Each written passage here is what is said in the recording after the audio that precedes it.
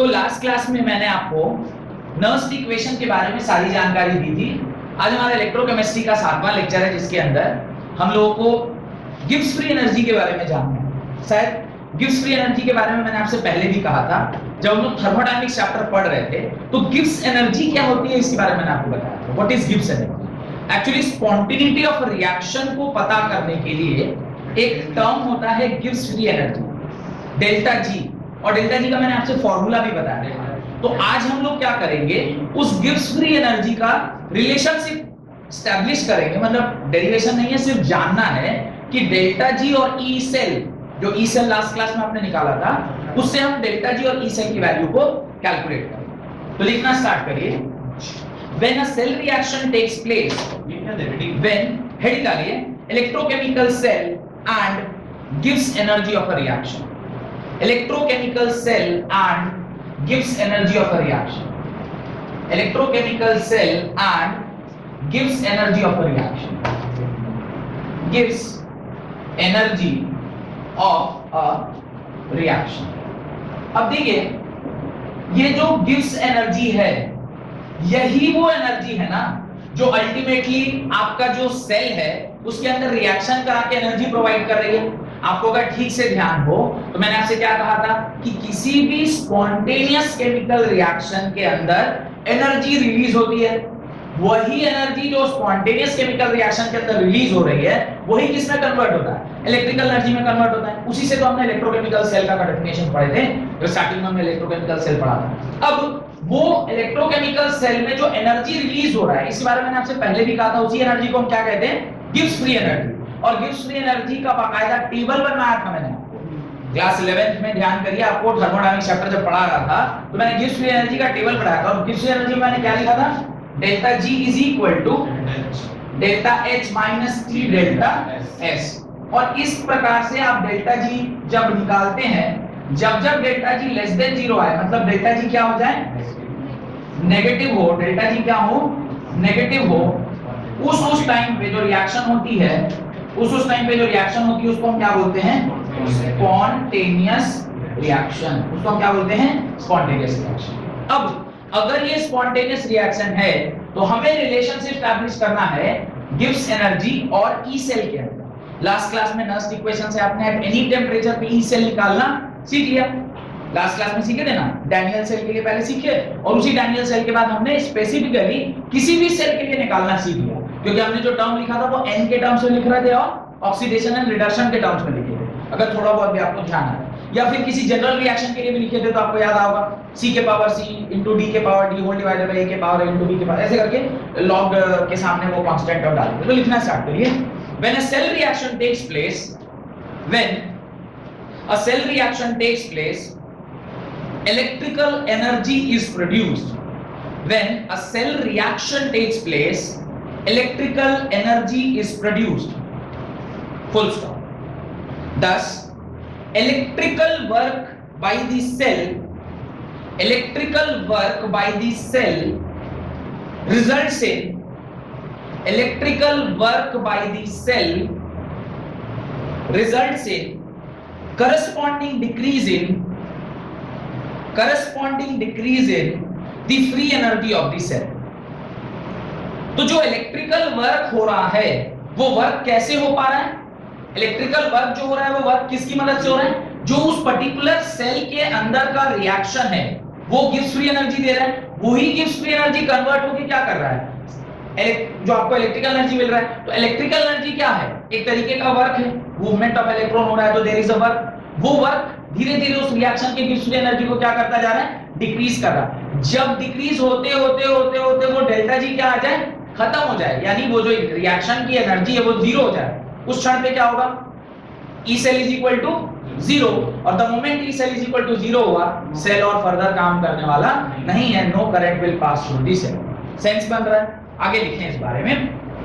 Corresponding decrease in the free energy of the cell. Full stop. Electrical work done in 1 second, electrical work done in 1 second is equal to the electrical potential.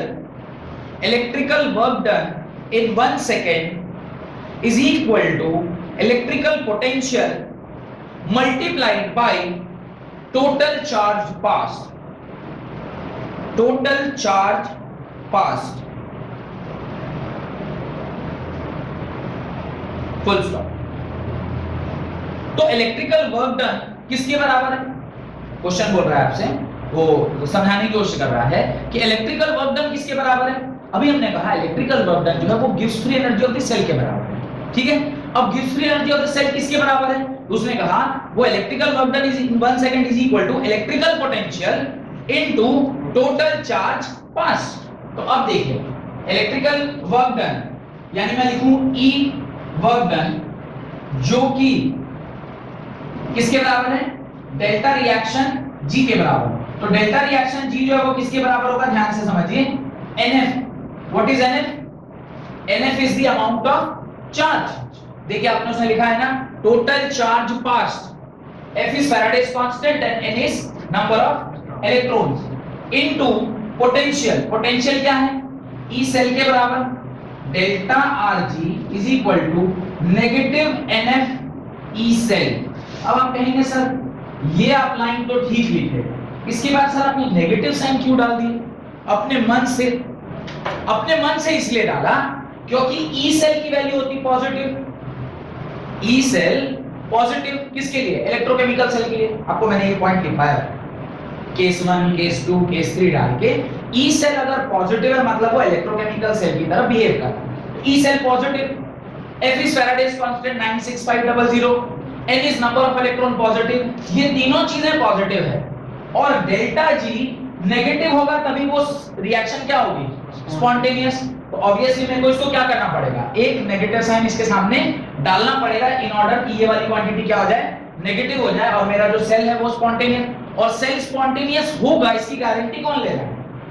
E cell. E cell तभी positive होता है जब reaction spontaneous होती है, तो उस time पे मेरा डेल्टा G नेगेटिव आना ही चाहिए। बात समझ आ रहा है? तो ये 3 लाइन वहां लिखिए, उसके बाद मैं इसके बारे में लिखाता हूं। लिखिए ये 3 लाइनें लिख लीजिए। Electrical work done is equal to delta Rg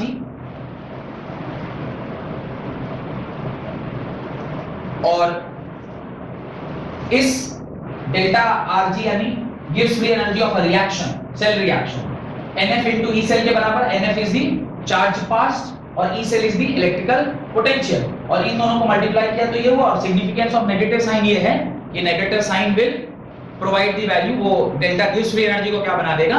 negative बना देगा। सर वो नॉन स्पॉन्टेनियस हो जाए तो क्या होगा? तो पॉजिटिव हो जाएगा। नॉन स्पॉन्टेनियस होगा तो E cell negative, negative into negative positive, और जिस भी रिएक्शन का डेल्टा G पॉजिटिव हो जाए वो नॉन स्पॉन्टेनियस। तो in order to make it spontaneous हमें एक नेगेटिव साइन वहां पे डालना पड़ेगा। बात समझ में आ गई?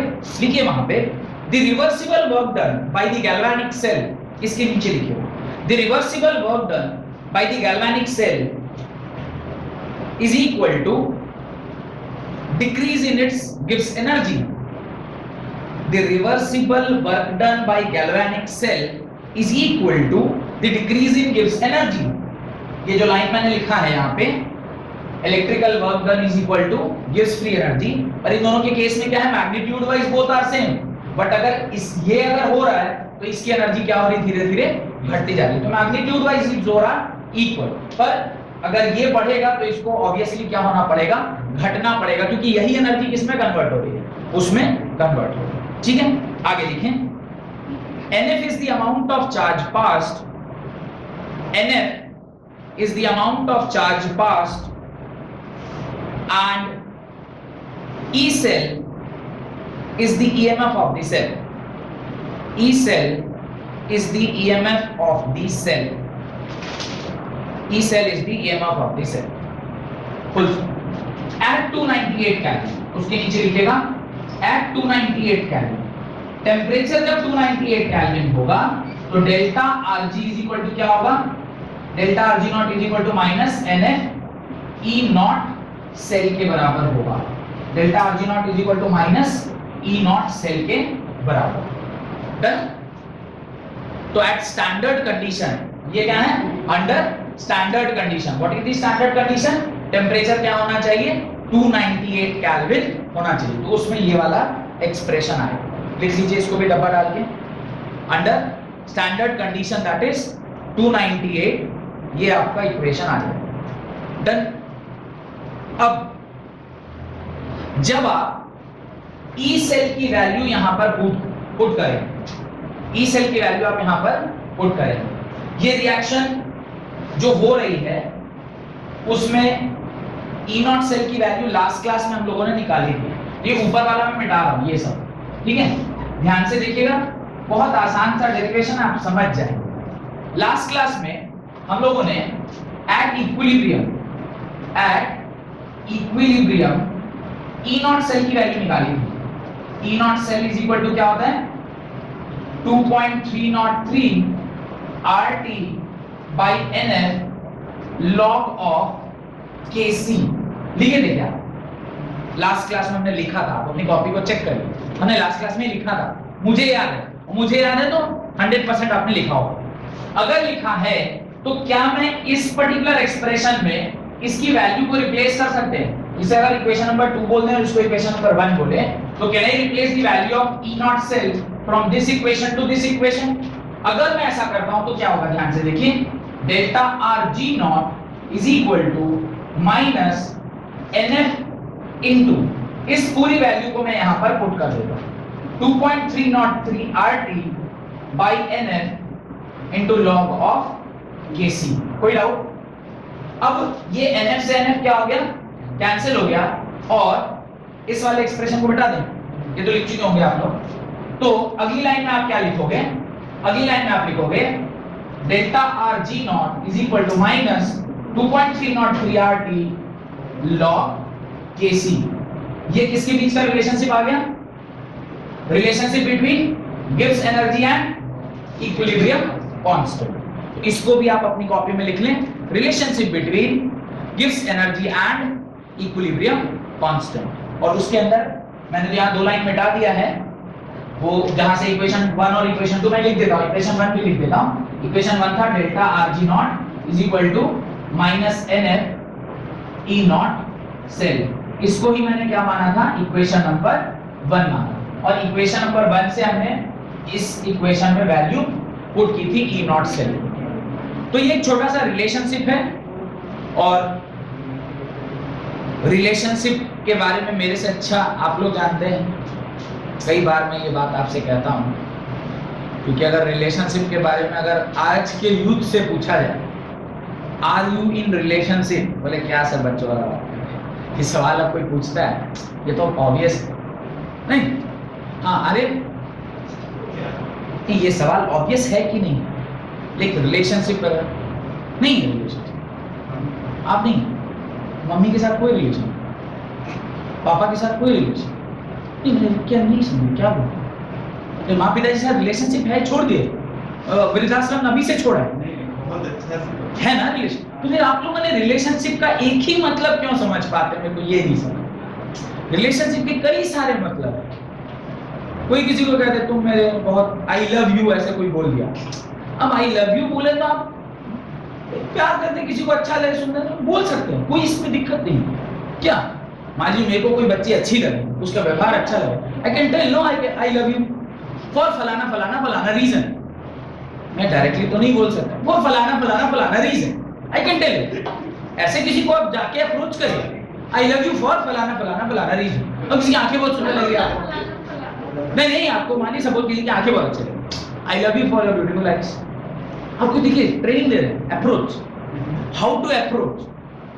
आप सोचते खाली सर एक ही चीज का पढ़ाई पढ़ाते हैं फिजिक्स को, ना सब चीज का ऑल राउंड डेवलपमेंट। आजकल क्या एक pattern, what is that, CC, you know, cumulative, क्या what is that, CC pattern पे आप लोग होता है ना, क्यूमुलेटिव क्या एग्जामिनेशन ना इवैल्यूएशन का पैटर्न, हर चीज सिखाना, एक्स्ट्रा करिकुलर एक्टिविटी का भी ध्यान, तो वो भी सीखिए। और लड़कियां कैसे अप्रोच करेंगी? लड़कियां कैसे अप्रोच करेंगी? हाँ शाली बताइए। अच्छा प्रैक्टिकल किधर करेंगे?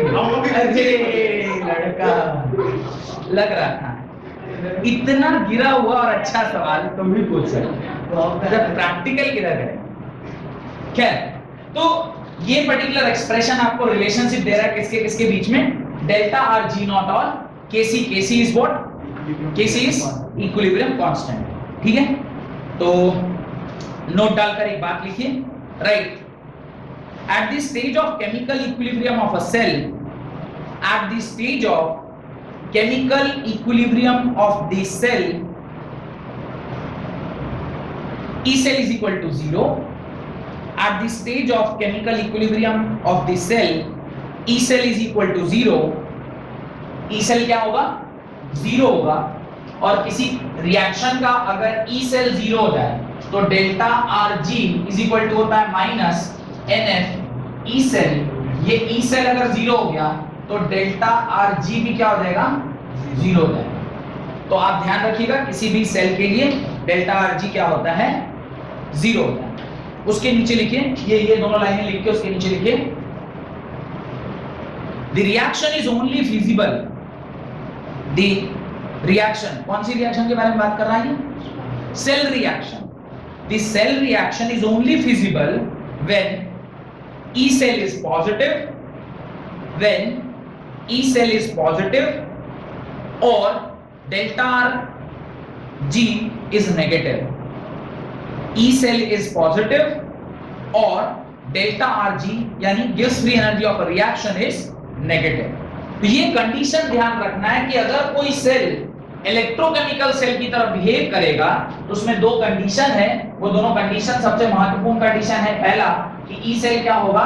पॉजिटिव होगा. दूसरा डेल्टा आरजी क्या होगा? नेगेटिव होगा. अगर ऐसा है तभी वो सेल रिएक्शन जो है वो इलेक्ट्रोकेमिकल सेल बनी है. वो जो पर्टिकुलर सेल आपने बनाया है वो इलेक्ट्रोकेमिकल सेल की तरह बिहेव करेगा. Question, calculate the cell EMF,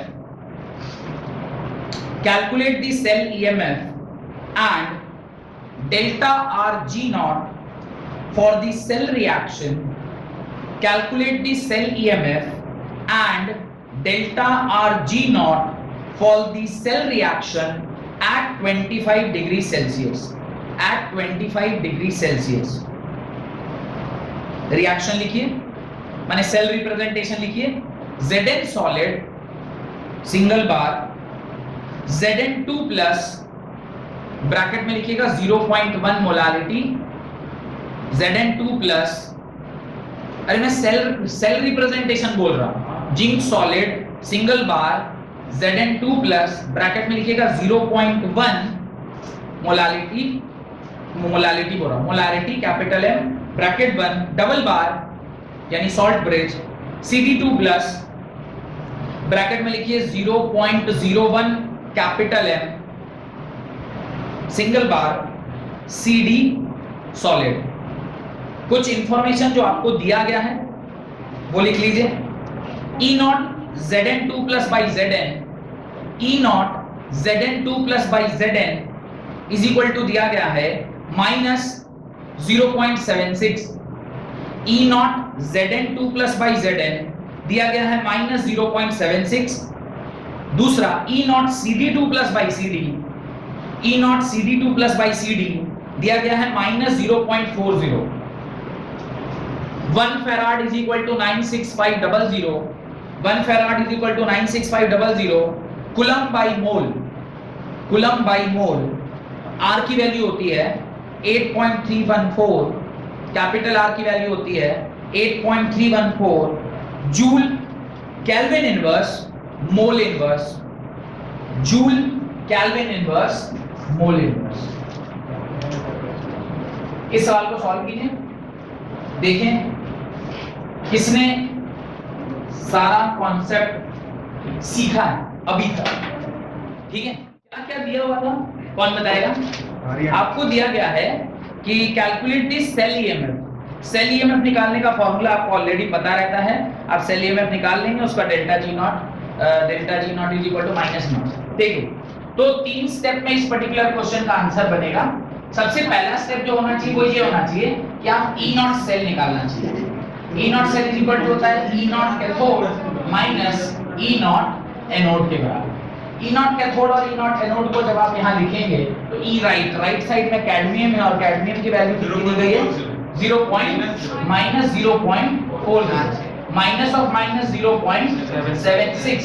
इसको जब आप सॉल्व करेंगे तो आएगा माइनस 0.40 प्लस 0.76. सॉल्व कीजिएगा माइनस प्लस 0.36 वोल्ट, ये आपका ई नॉट आ गया। अब सेकंड स्टेप में आपको ई सेल का फॉर्मूला लिखना चाहिए।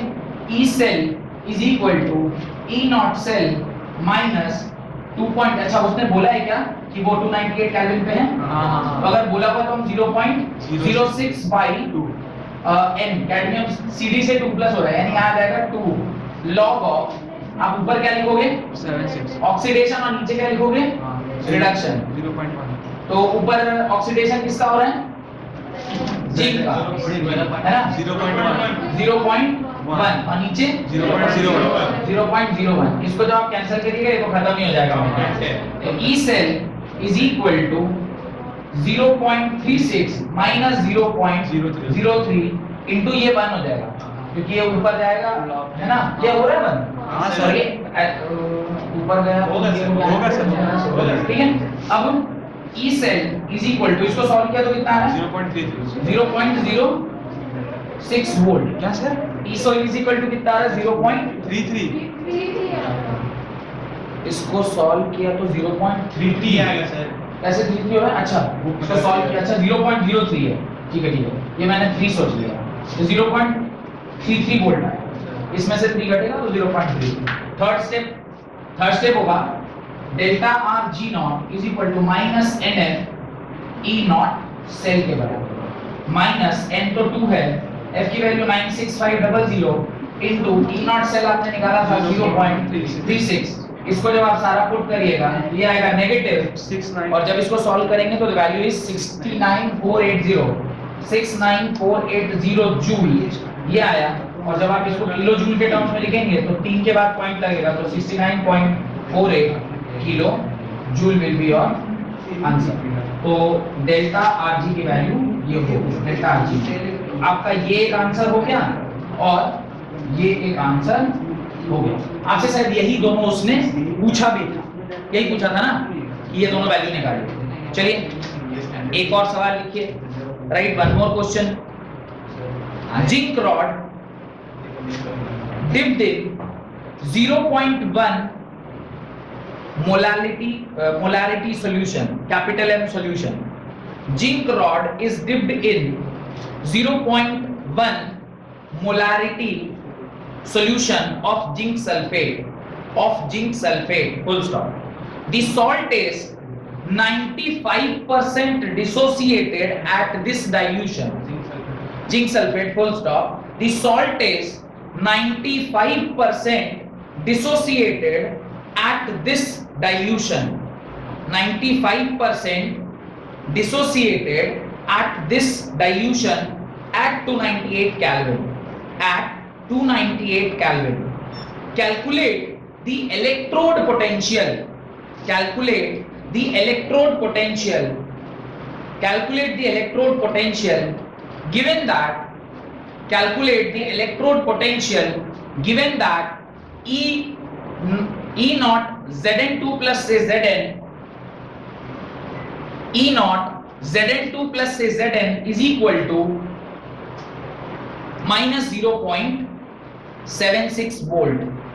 E naught Zn2 plus say Zn is minus 0.76 volt. इस सवाल को भी सॉल्व किया जाए। तक आ गया तो थोड़ा और बढ़ाइएगा तो हो ही जाएगा। 250 मिल जाएगा सर 250। वही जीन्स आधा दे देगा तुमको। वो आधी जीन्स वाली कहानी इसी क्लास में बताते नहीं? अच्छा पिछले बार 2019 में क्या हुआ, इसी तरह मैंने एक सवाल दिया और सवाल देने के बाद मैंने कहा कि जो भी बच्चा इस सवाल का आंसर मुझे देगा उसका उस महीने का पूरा फीस माफ। तो एक बड़ा ही होशियार लड़का जैसे आर्यन होशियार है, ऐसे एक होशियार बच्चा हमारे पास आया तो मैंने कहा दिखाओ कॉपी। तो मैंने कहा देखो तुम्हारा सवाल आधा सही है, अगर इसी से तुम पूरा कंटिन्यू लास्ट तक जाते तो सही हो जाता। तो कहा ठीक है सर आप 3000 में से 1500 माइनस कर दीजिए, 1500 हमारा ले लीजिए, ठीक है। तो हमने उसको एक एनालॉजी समझते हैं ना, सिमिलर टाइप ऑफ एग्जाम। हमने कहा मान लो तुम गए 2000 में पैंट ले और तुमने 1000 का कोई पैंट देखा, जीन्स पैंट, उस पे लिखा था 30% डिस्काउंट, तो तुम 700 रुपए का तुम्हारा पैंट हो गया। अब तुम गए उसके बाद देखिए हमारे पॉकेट में तो 350 रुपया है, तो तुम उसको बोलोगे सर ये 350 रुपया रखिए, जीन्स का आधा वाला काट के दे दीजिए, कल आएंगे फिर आधा वाला जीन्स लेके जाएंगे, ऐसा होगा? तो या तो पूरा पैंट मिलेगा या तो नहीं मिलेगा। ऐसे तो नहीं होगा ना कि एक पाँव आज दे दीजिए फिर पैसा आएगा तो अगला पाँव लेके जाएंगे, ऐसे तो होता नहीं ना, या तो तुम पूरा लोगे नहीं तो नहीं लोगे। तो ठीक उसी प्रकार से इस सवाल का भी जिसने पूरा सॉल्यूशन बनाना था उसी का फीस माफ है या 500 रुपए का इनाम है। ये नहीं कि सर आधा तक सही है, मैंने 0.8 आंसर है, हमारा 0.4 आ रहा है तो आधा फीस दे दी, ऐसे नहीं। चलिए तो इस सवाल को सॉल्व करते हैं, बातचीत कम। देखिए zinc rod is dipped in 0.1 m solution of ZnSO4। अब देखिए Zn2+ का जो कंसंट्रेशन है वो कितना दिया हुआ है, वो दिया हुआ है 0.1 m, लेकिन इसकी जो डाइल्यूशन है वो सिर्फ 95% की हुई है, यानी इसका 95%, यानी इसकी जो मोलैरिटी इस पर्टिकुलर सॉल्यूशन में प्रेजेंट होगी वो किसके बराबर होगी, 95/100 into 0.1 कैपिटल M के बराबर। अब जब इसको आप सॉल्व कीजिएगा तो जो वैल्यू आती है वो है 0.095 के बराबर, 0.095 m के बराबर। पहली बात ये आपको पहला चीज जो समझ में आना। सेकंड, आपसे उसने E नॉट सेल या E सेल निकालने को नहीं कहा है, आपसे उसने कहा है इलेक्ट्रोड पोटेंशियल निकालने।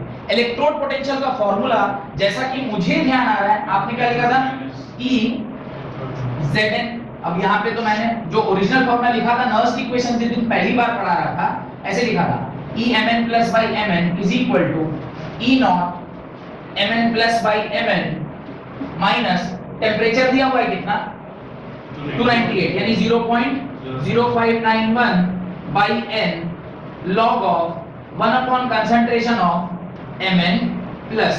यही फॉर्मूला हम लोगों ने यूज करना है। इस फॉर्मूले को यूज करने के क्रम में अब जब आप लिखोगे तो क्या लिखोगे, E is equal to Zn2+ by Zn E naught Zn2 plus by Zn minus 0.0591 by 2 log of 1 upon concentration of what, Zn2 plus। अब इसकी वैल्यू मुझे कैलकुलेट करनी है। इसकी वैल्यू ऑलरेडी क्वेश्चन में ये दिया गया है कितना, -0.76 माइनस 0.0591 by 2 into, इसको थोड़ा ध्यान से देखिए, ये लिखा है log of 1 upon 0.095। इसको ही सॉल्व करना आपके लिए चुनौती था, जो मेरे ख्याल से आप लोग नहीं कर पाए होंगे। 0.059 को इसने सॉल्व ही नहीं किया, ऐसे ही छोड़ दिया। तो 0.0591 by 2, देखिए इसको आप क्या लिख सकते हैं, log of ये 1000 होगा। अब इसको आप क्या लिखते हैं, log a by b can be written as log a minus log b, ऐसा लिख सकते हैं क्या? अरे जब इस a minus b log a by b हो सकता है तो इसको उल्टा भी कर सकते हैं। ये इसको थोड़ा और ध्यान से देखिए, 1000 को कहना है राइट 10 into 10 raised power 3, और फिर अगले स्टेप में आप क्या करोगे, इसे 0.76 with a negative sign minus 0.0591 by 2 into 3 minus log 95 की वैल्यू आपको यूज में आने वाली है। log 95 की वैल्यू को निकालें, कैलकुलेटर है तो बताइए log 95 की वैल्यू क्या होगी। आप लोगों को थोड़ा मुश्किल होगा निकालना, मैं निकाल लेता हूं। log 95 is equal to 1.97, ये क्या होगा 1.97। मेरे पास कैलकुलेटर है, आपके पास कैलकुलेटर का प्रावधान नहीं है, इसलिए आपको क्या करना होगा, आपको क्या करना होगा, लॉग टेबल से इसे निकालना होगा। इसमें से आप 3 जब माइनस करोगे आपको मिलेगा 1.02, 1.02। इसको मल्टीप्लाई करके और जब आप इसमें से घटाओगे तो ये वैल्यू है 0.0302, 0.0302, और इसको जब फाइनली आप इसमें से माइनस करते हैं तो यानी ऐड करेंगे तो आपका फाइनल आंसर आएगा 0.7902 वोल्ट, 02 वोल्ट। तो ये आपका इस क्वेश्चन का आंसर हो गया, ठीक है। ये एक अच्छा सवाल था, ये एक क्वालिटी क्वेश्चन था जो आपसे सॉल्व हो जाए ऐसा जरूरी नहीं है, पर आप कोशिश करते तो शायद कुछ हद तक आप आगे बढ़ सकते थे। एटलीस्ट आप इस 0.095 के जगह पे 0.1 डाल के सॉल्व कर देते तो भी मुझे सेटिस्फैक्शन होता कि आप कॉन्सेप्ट सीख गए। लेकिन आप लोग ये भी नहीं किए हो, आप इसकी जगह 0.1 से सॉल्व करते तो मेरे को एटलीस्ट ये लगता कि हाँ यार मैंने वो इलेक्ट्रोड पोटेंशियल वाला कॉन्सेप्ट सिखा पाया आपको। पर आप ये ना, ठीक है चलिए आप नहीं जानते, पर ये तो आप कर सकते थे, वो भी आप लोगों ने नहीं किया, उसका तो एनीवेज फॉर्मूला से ही स्टार्टिंग ही आपने गलत किया होगा, ई नॉट सेल की तरफ चले गए और लगातार से ई नॉट सेल पढ़ा रहा था, इलेक्ट्रोड पोटेंशियल पूछ लिया तो आपके दिमाग में ई सेल और ई नॉट सेल का ही कॉन्सेप्ट रह गया। हेडिंग डालें कंसंट्रेशन सेल, हेडिंग डालें कंसंट्रेशन सेल। मेरा सवाल तो आप ही लोगे ना? नहीं, आपको पढ़ाते हैं, दिन भर आपको ज्ञान बांटते हैं, खुश रहते हैं, आप लोगों के साथ हंसी खेल मजाक करते हैं, हमारा जन्नत तो आप ही लोग। तुम जिस जन्नत के बारे में सोच रहे थे ना, वो तो तुम्हारा चेहरा बता रहा है कि तुम किस जन्नत के बारे में। तुम जन्नत में जो हूर रहती है ना, परियां, तुम उधर चले गए, हम समझ पाते हैं। तुम जन्नत के जो हूर होती हैं उनके पास चले गए। पापा की परी नहीं, आज के लिए का थोड़ा वर्ड सब पापा की परी और मौज कर दी नहीं, और एक हेवी ड्राइवर नो, तो वर्ड सब पूरा अभी पॉपुलर, बड़े हेवी ड्राइवर नहीं, वो क्या मीम करके कुछ रहता है ना, what we call it meme, अरे बढ़िया रहता है नहीं, कोई बाकी सब तो आप लोगों को नॉलेज ही वर्धन में ज्ञान वर्धक होता होगा, ज्ञान बढ़ाता होगा आप लोगों का। खैर कंसंट्रेशन सेल, हेडिंग डालिए concentration cell. If two electrodes of same metal, start कर दिए ना, if two electrodes of same metal, if two electrodes of same metal are dipped separately in two solutions of same electrolyte, are dipped separately into two solutions of same electrolyte having different concentration, and the solution are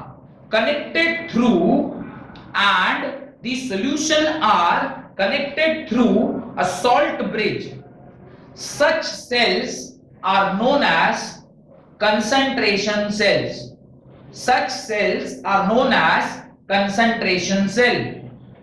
मैं वापस एक बार और repeat कर रहा हूं, if two electrodes of the same metal are dipped separately into two solutions of same electrolyte having different concentrations, and the solution are connected through a salt bridge, such cells are known as concentration cells. क्या कह रहा है, थोड़ा ध्यान से समझिएगा तो समझ में आ जाएगा। कंसंट्रेशन सेल जो है वो हम किसको कहते हैं?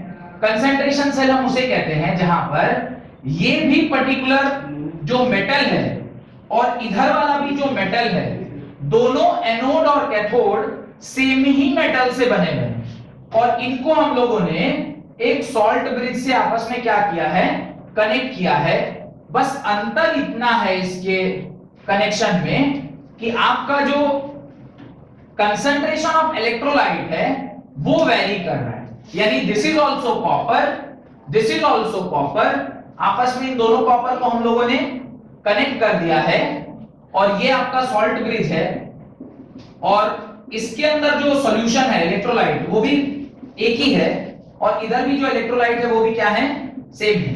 दोनों साइड इलेक्ट्रोलाइट भी सेम है, बस अंतर इतना है कि इस तरफ का कंसंट्रेशन C1 है तो इस तरफ का कंसंट्रेशन C2 है। कंसंट्रेशन वैरी कर रहा है।